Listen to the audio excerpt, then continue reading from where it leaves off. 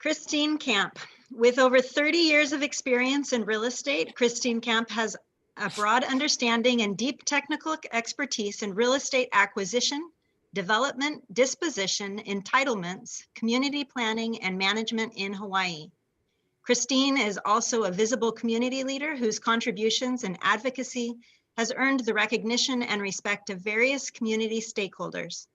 Over the last 20 years, Christine has served in a leadership capacity for over 20 nonprofit boards and has been on the speaker circuit for real estate issues in Hawaii. She is an active participant of the Governor's Affordable Housing Stakeholder Group and is currently one of the most prolific industrial and land developers in Hawaii. Christine is currently the president and CEO of Avalon Development Company, Avalon Group. The group is a full-service real estate development, consulting, and sales company based in downtown Honolulu. Avalon manages a $300 million portfolio of properties across Hawaii and has vast expertise in all types of real estate projects. Avalon Group has developed a wide network of government and community contacts, which play a key role in Avalon's success and the success of their clients. Christine, we welcome you and appreciate your willingness to take time out of your busy schedule to join us today on Kauai. Thank you very much, Danny. And congratulations to the new officers. You have a lot of work ahead of you. Next year is going to be the year of change. I'm very excited to be invited to the meeting today. I asked Karen when she invited me, what would you like me to say? Because the market is, still going through a transition, and I have really nothing more to say than what all the pundits are saying. And she said, I think the company wants to hear some words of encouragement, and you have a personal story that's quite inspirational.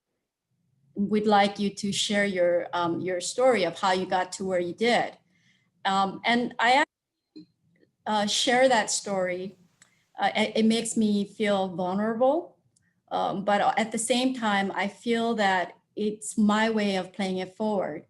So if you will bear with me, I would like to share with you some what people have said is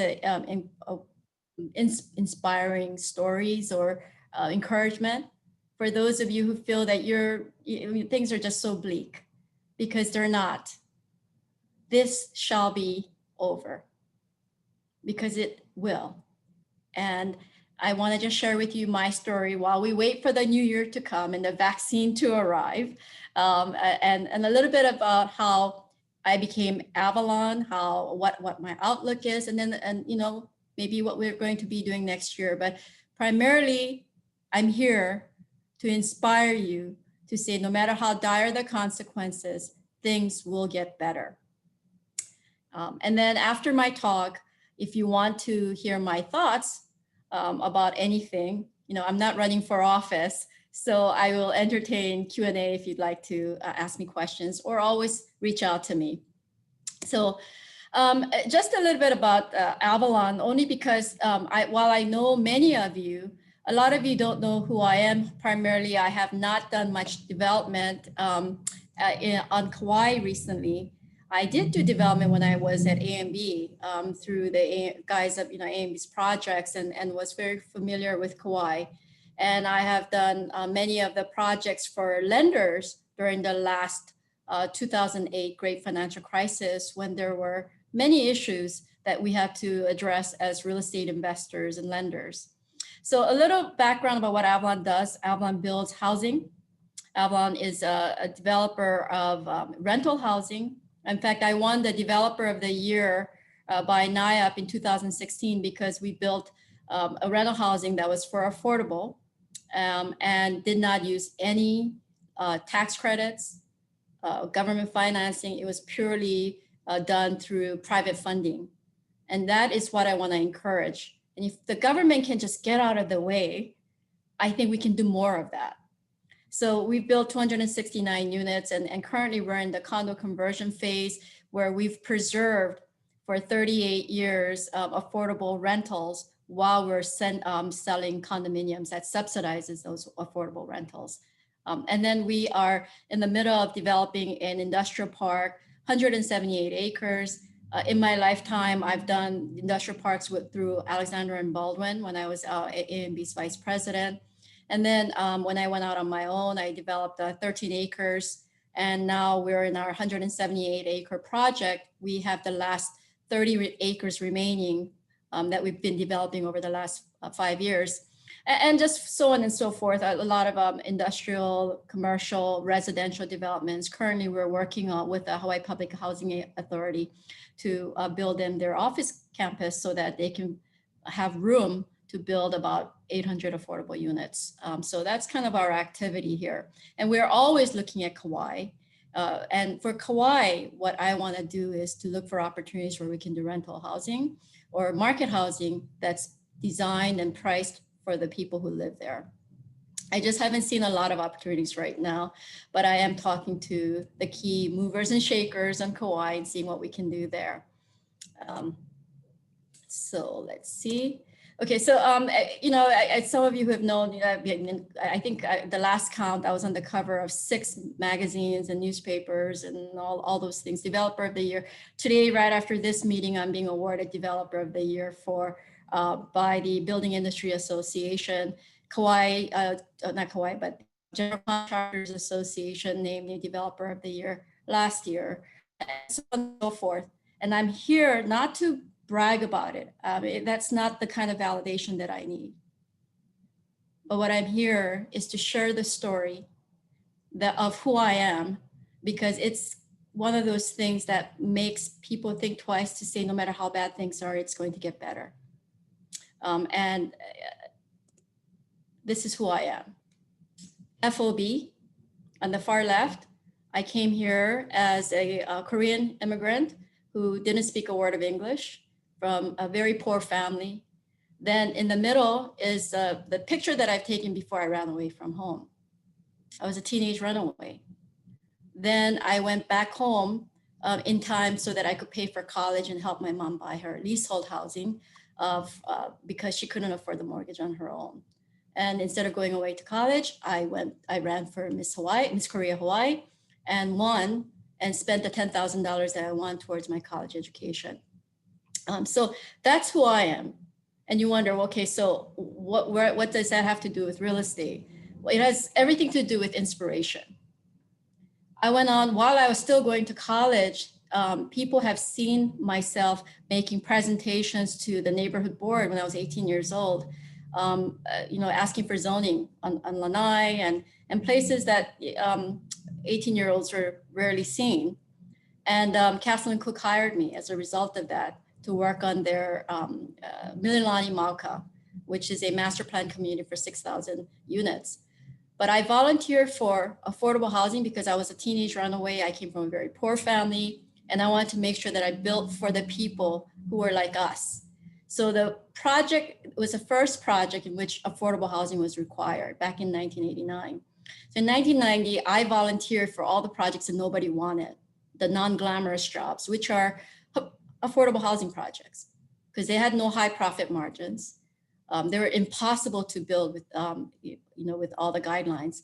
And what we did was we were able to showcase how housing could be built. We built tiny little cottage homes called the cottages.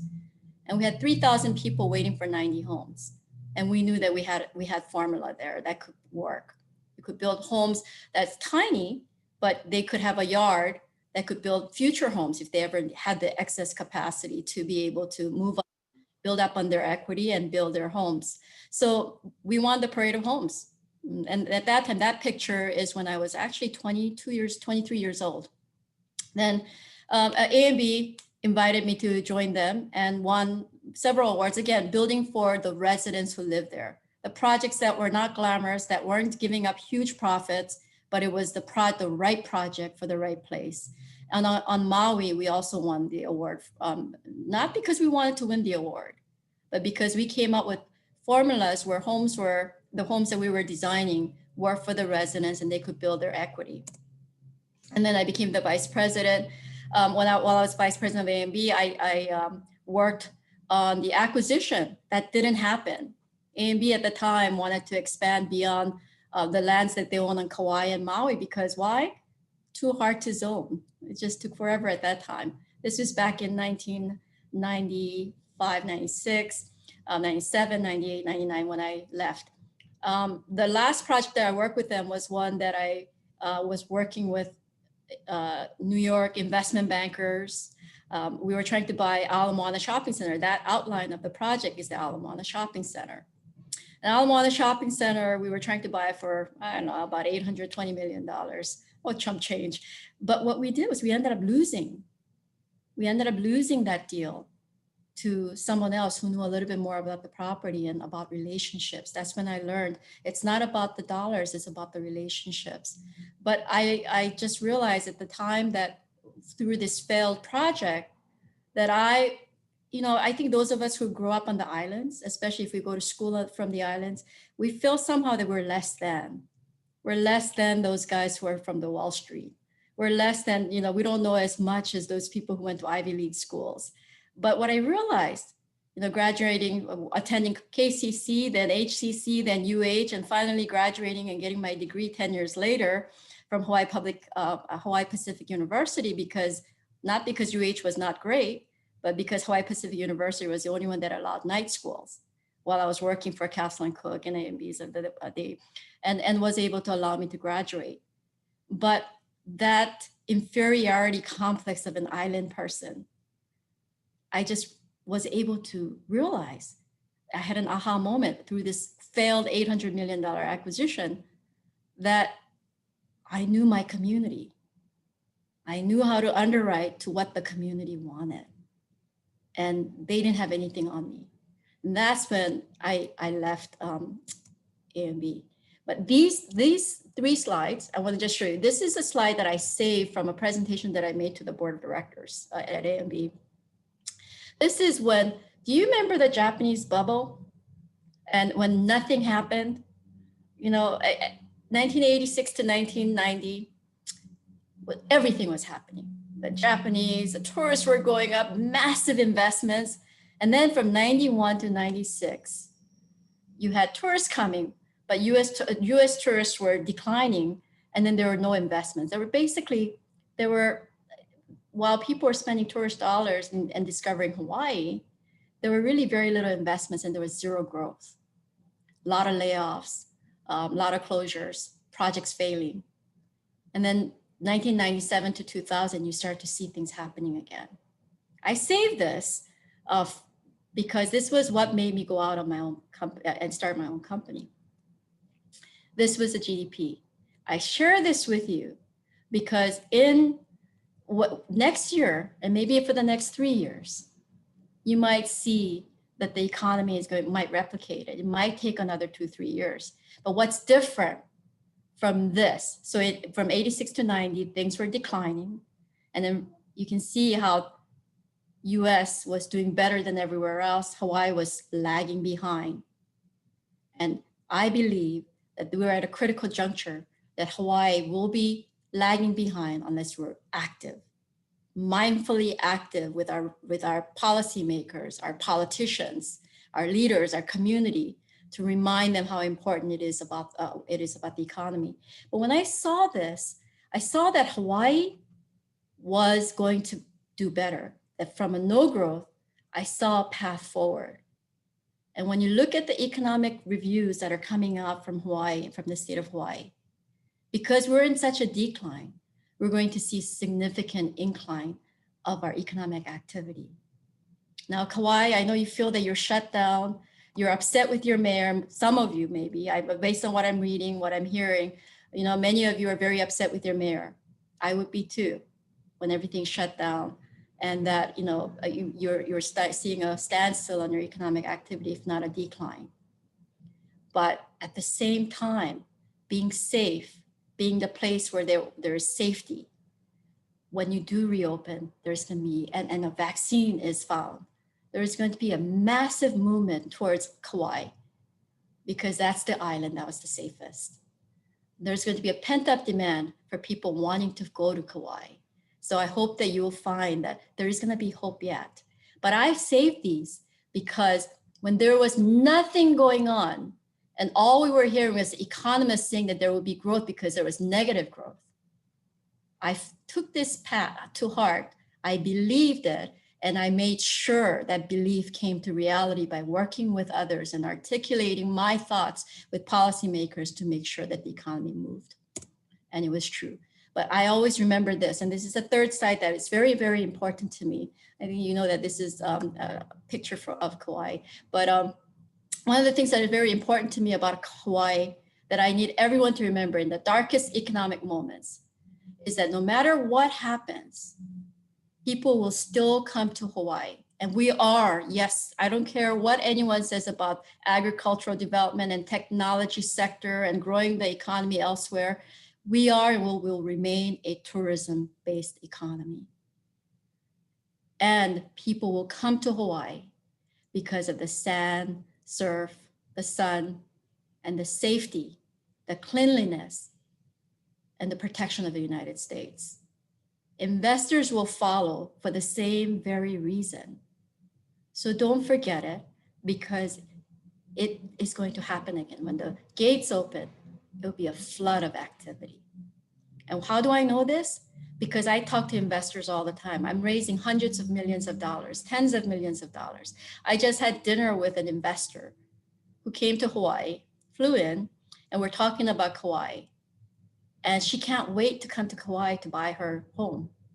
And she has reminded me once again how they view Hawaii as a safe place.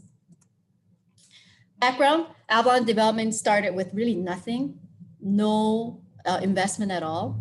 I bought a project that was broken and old, and I re-glazed it, refaced it, and turned it around. And with no down payment, pre-selling the units, I was able to generate with nothing about $3 million of income. With that, I parlayed it into a contaminated site that nobody wanted to buy. No one wanted to touch it. And I bought that, and I was able to clean up the contamination. And for everything that people say is bad, if you can quantify the risk and see the steps and break it down into not this massive environmental contamination, but to able to break it down into what are the steps, what would it cost, how long will it take? By answering these questions, I was able to take the fear out of the investment and was able to buy a 13-acre project and was able to develop it in 2 years. This is the next project and the next project. Here's a thought though. In 2008, I bought this property or spent $4 million on this property to help a nonprofit build their affordable housing while I would carve out the golf course frontage for market housing. And it didn't happen because 2008 happened. It can't be helped. We lost. However, what resulted from, and this is another project where we were going to build and it didn't happen. And this is the Kauai Center where we had funded and leased 90% of the before 2008, and we decided not to do it. But what happened out of the result of us building the infrastructure and moving the dirt was that the nonprofit was able to build their rental housing and was able to carve out this market housing. But it took too long. The approvals took too long. The entitlements took too long for us to move what we needed to do. So while we were able to provide the benefit to the nonprofit, we lost this property. But when we lost it, we didn't lose it to a bank. We asked our contractor, who we owed money to take that on, and we would find them a buyer or someone who would buy them to pay them back what we owed them. And they waited because they trusted my judgment, because they trusted that we were going to take care of them. And when we did sell it, not only were we able to clear off our debt off the books, he paid me a commission, which helped me build into the next project. This is 2008, when there was massive, massive financial breakdown.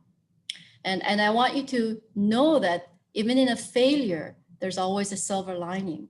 The silver lining is that contractor will do whatever I asked them to do in favor, because in the worst of times, I didn't walk away, I didn't file bankruptcy, but I was able to find their money back and also provide work for them.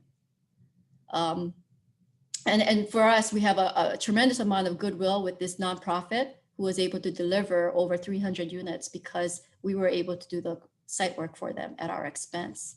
So I see it as a win-win. I lost, but I was able to gain traction with a nonprofit that I would not have had a good relationship with. And I had a good tax write-off where I didn't have to pay taxes for the next several years. That's how I look at it. As a result of a financial meltdown, we no longer were just a development company, but we became a stronger company by being a realty and a property management company. We turned around the assets that we developed that we couldn't sell. We ended up managing them, and we now manage over 2.5 million square feet of property and over 1,000 square foot, 1,000 units, mostly in the affordable and workforce sector. So these are some of the projects that we did that we made what I call the, if you can't win, make lemonade out of lemons. We bought a piece of property we couldn't do anything about in 2008. It was that pre-leased $20 million project that we decided not to go forward because of the financial downfall. But instead, what we did was we brought we decided to be smaller. Forget about the egos. It's really about what do you do with the lemon that you have. And we decided to go ahead and bring in a much smaller tenant, help them buy their space, build it for them. And then we brought in the Social Security office building for that region. And so we still have vacant land, but it's all paid for. And why am I sharing this? And what does this have to do with what you're facing on Kauai? Is that we could have filed bankruptcy. We could have done all the bad things, or all the give up and just give the land back and walk away from it. But we didn't give up. We didn't give up and look for other opportunities that would be a win-win for the community, my investors, and for ourselves, our employees, to keep their jobs. And we were able to make things better, because now in our economy where things have slowed, we still have jobs for our employees, and we still have returns for our investors. And so these are the industrial parks that we've developed recently over the last 4 years.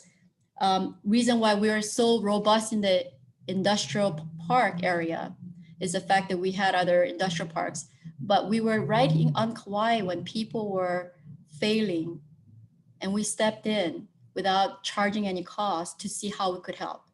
We had the most successful industrial park before then, so we started to ask those who are stuck with their properties to see what can we do to help. And by helping, when other investors came, we were the one that had the most expertise, not because we were generating fees, but because we wanted to help our fellow business people stuck with industrial land.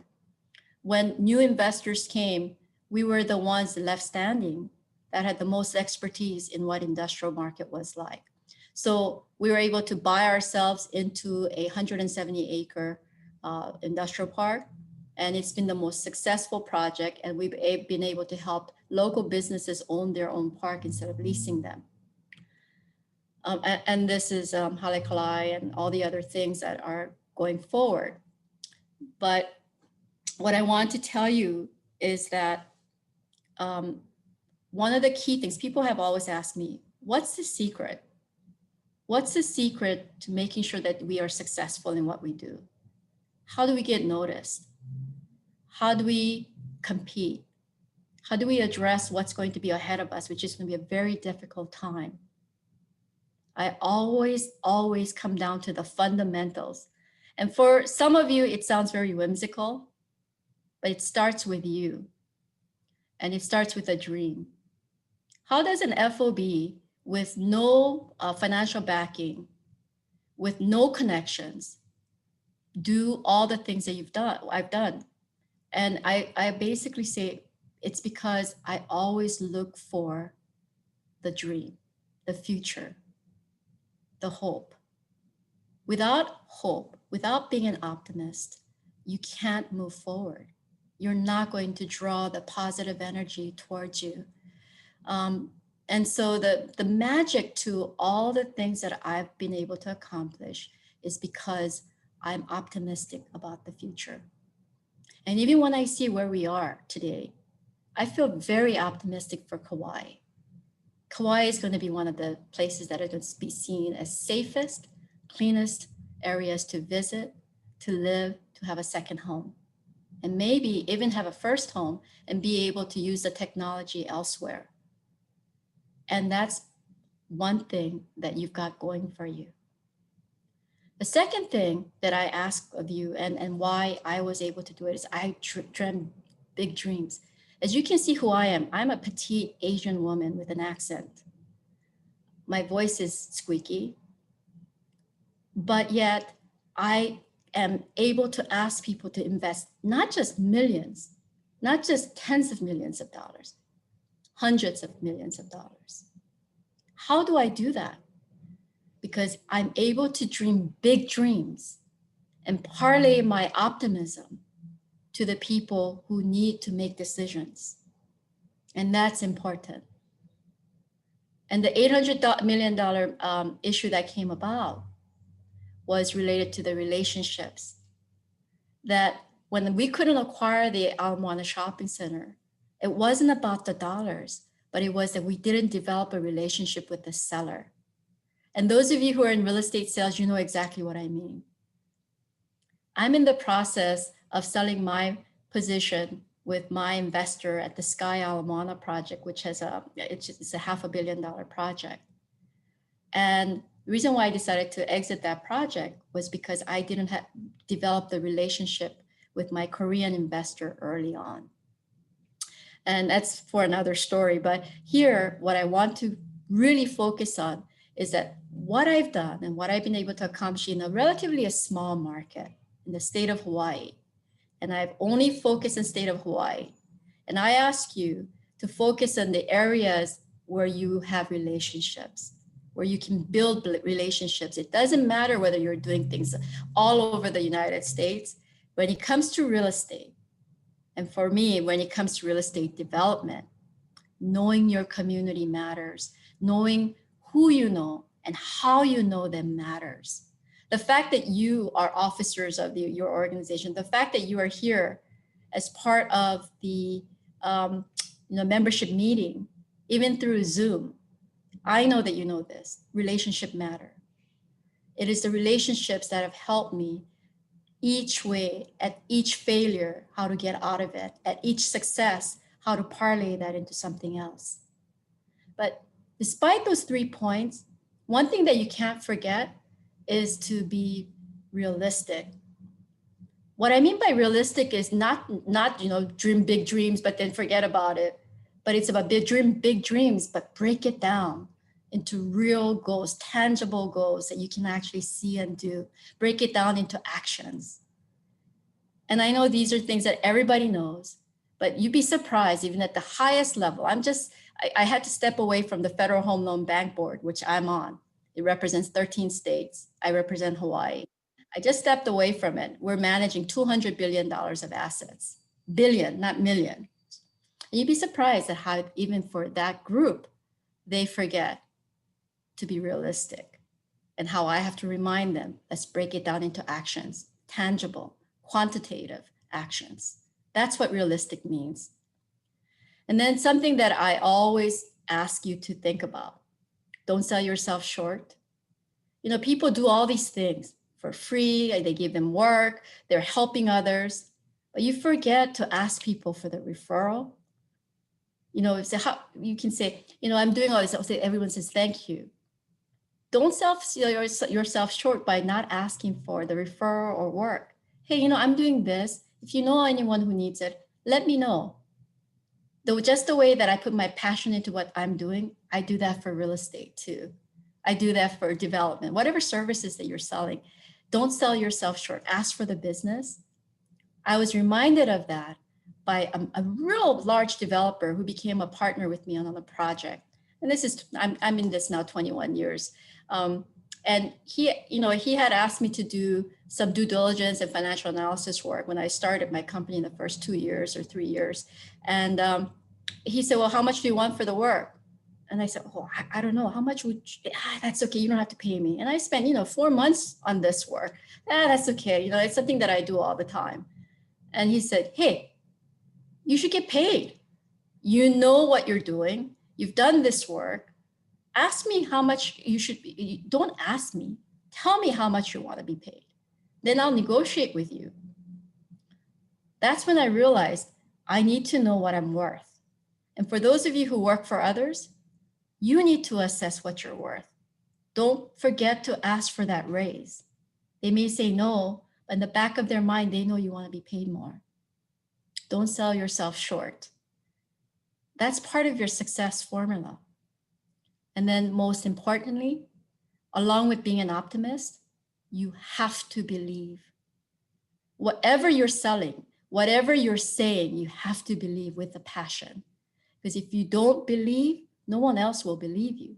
So when people ask me, how did I do it? This is what I look at. This is how I did it. This is in Korea on the rooftop. And Koreans, they store things on the rooftop of their houses. My mother and father left us, and I was 6.5 here. I'm toothless. That's my sister. Black and white photo because we couldn't afford color photo. And if you see the circle on the knee, there's a hole. That is my Sunday best.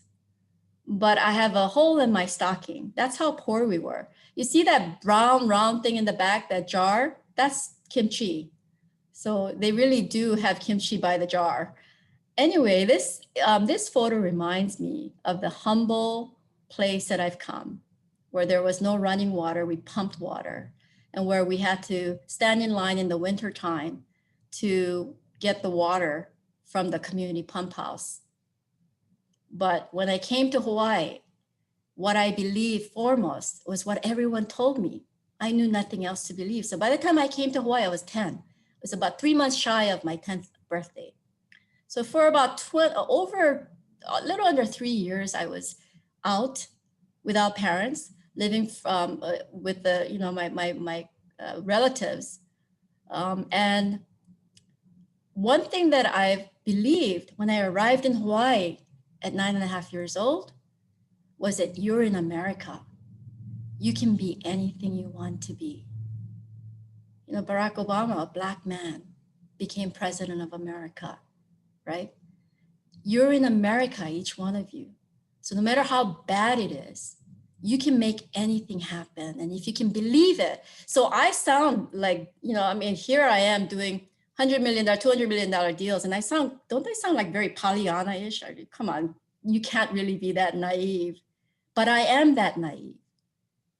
That wonder, that feeling that you're in America, anything is possible if you wanted to. I want you to believe that because it has happened for me. So one of the most important stories that I loved was Pinocchio. This is Jiminy Cricket. And Pinocchio was a wooden boy or wooden puppet who became a boy because he wished it so. He wished upon a star, but he had to go through a whole bunch of adventure and find himself along the way, right? And then eventually his wish came true. And Jiminy Cricket, which I have one in my car, anybody who knows me, if they want to give me a gift, and in times are bad, they always send me something related to Jiminy Cricket. Because Jiminy Cricket sang, if you wish upon a star, your wishes do come true.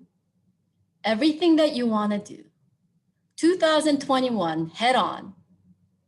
Whatever you wish for, you dream it, step on it, it will come true. So I wish that for you.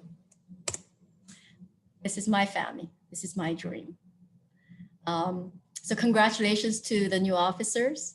For the general members, thank you for allowing me to be your speaker.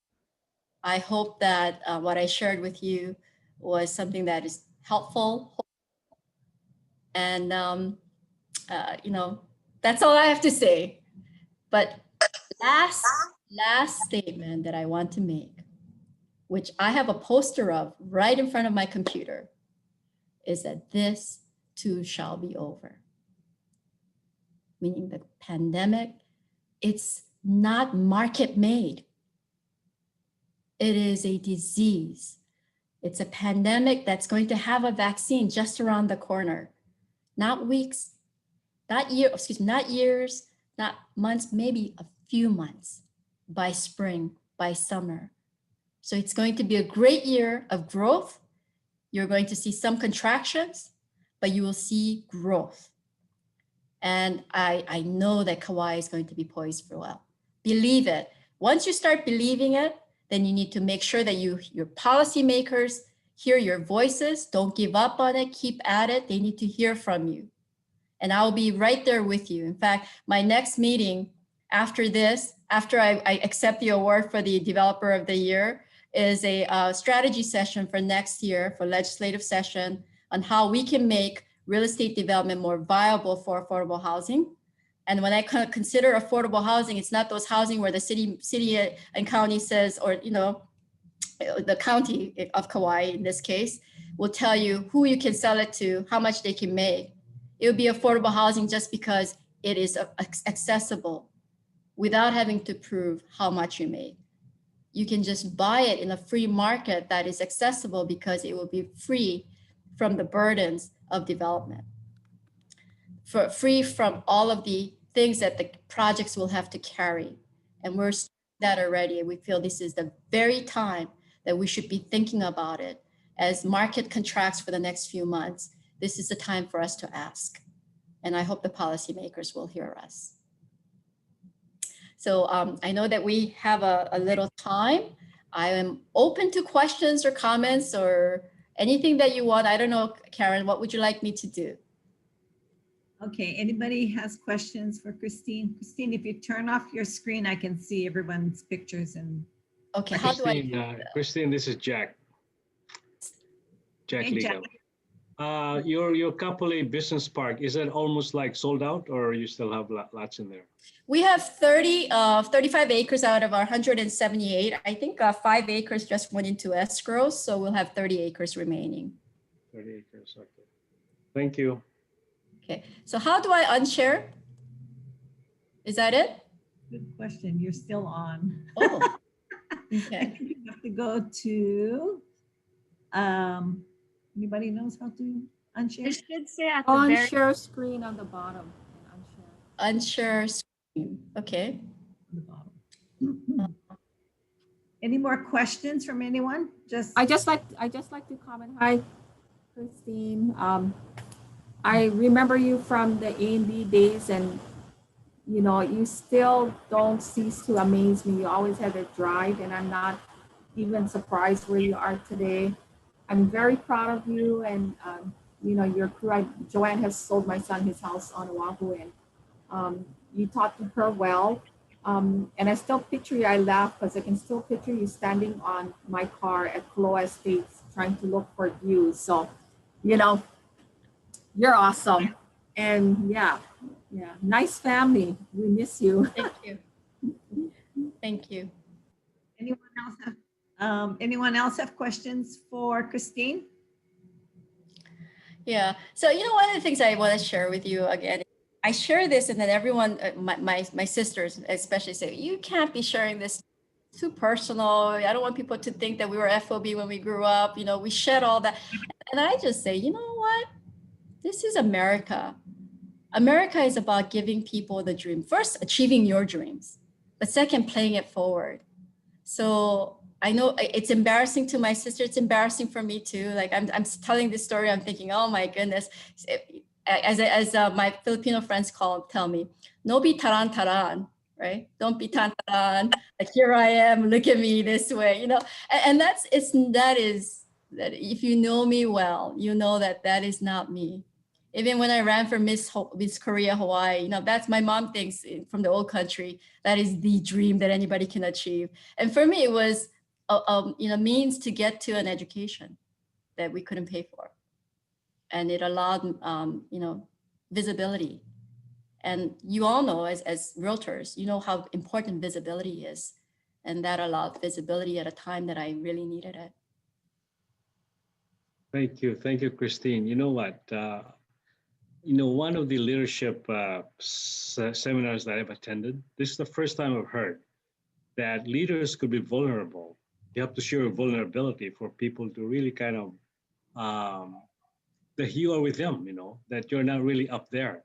And you have shown that vulnerability. That's why you're successful in what you do, because people relate to you, because they all have their beginnings, and you show your beginnings. And wow, if you can do that, I guess I can do that as well. So thank you for sharing your vulnerability and where you came from and who you are now. Thank you. Thank you. Awesome. Thank you, Christine. Well, you all know how to get in touch with me. Hi, Trinette, by the way. She's a great leader of Kauai. I think you're lucky to have her. But I just want to say that you all know how to get in touch with me. I know you're very focused on your Kauai specific issues, but a lot of the Kauai specific issues, because you have, state land, state roadways that access your lots, state decisions are very significantly impacting yours as well. So share with me your issues and join me. And if you want to be on my email roster about, letting you know what's going on, I've been coordinating with Karen on your Kauai issues. I've been watching very closely. Join me. This is the year. If we look at a silver lining for 2021, it's going to be our new legislative session. The opportunity for us to say why things need to change. Yep. And all it takes is maybe a pandemic for people to listen, right? Right, Julian? Yep. Why waste a good crisis? Yep, exactly. Thank you, Christine. Sure. You're off. Thank you, Christine, and congratulations on your award. Thank you very much. Aloha. I'm signing out. Aloha. Okay, thank you.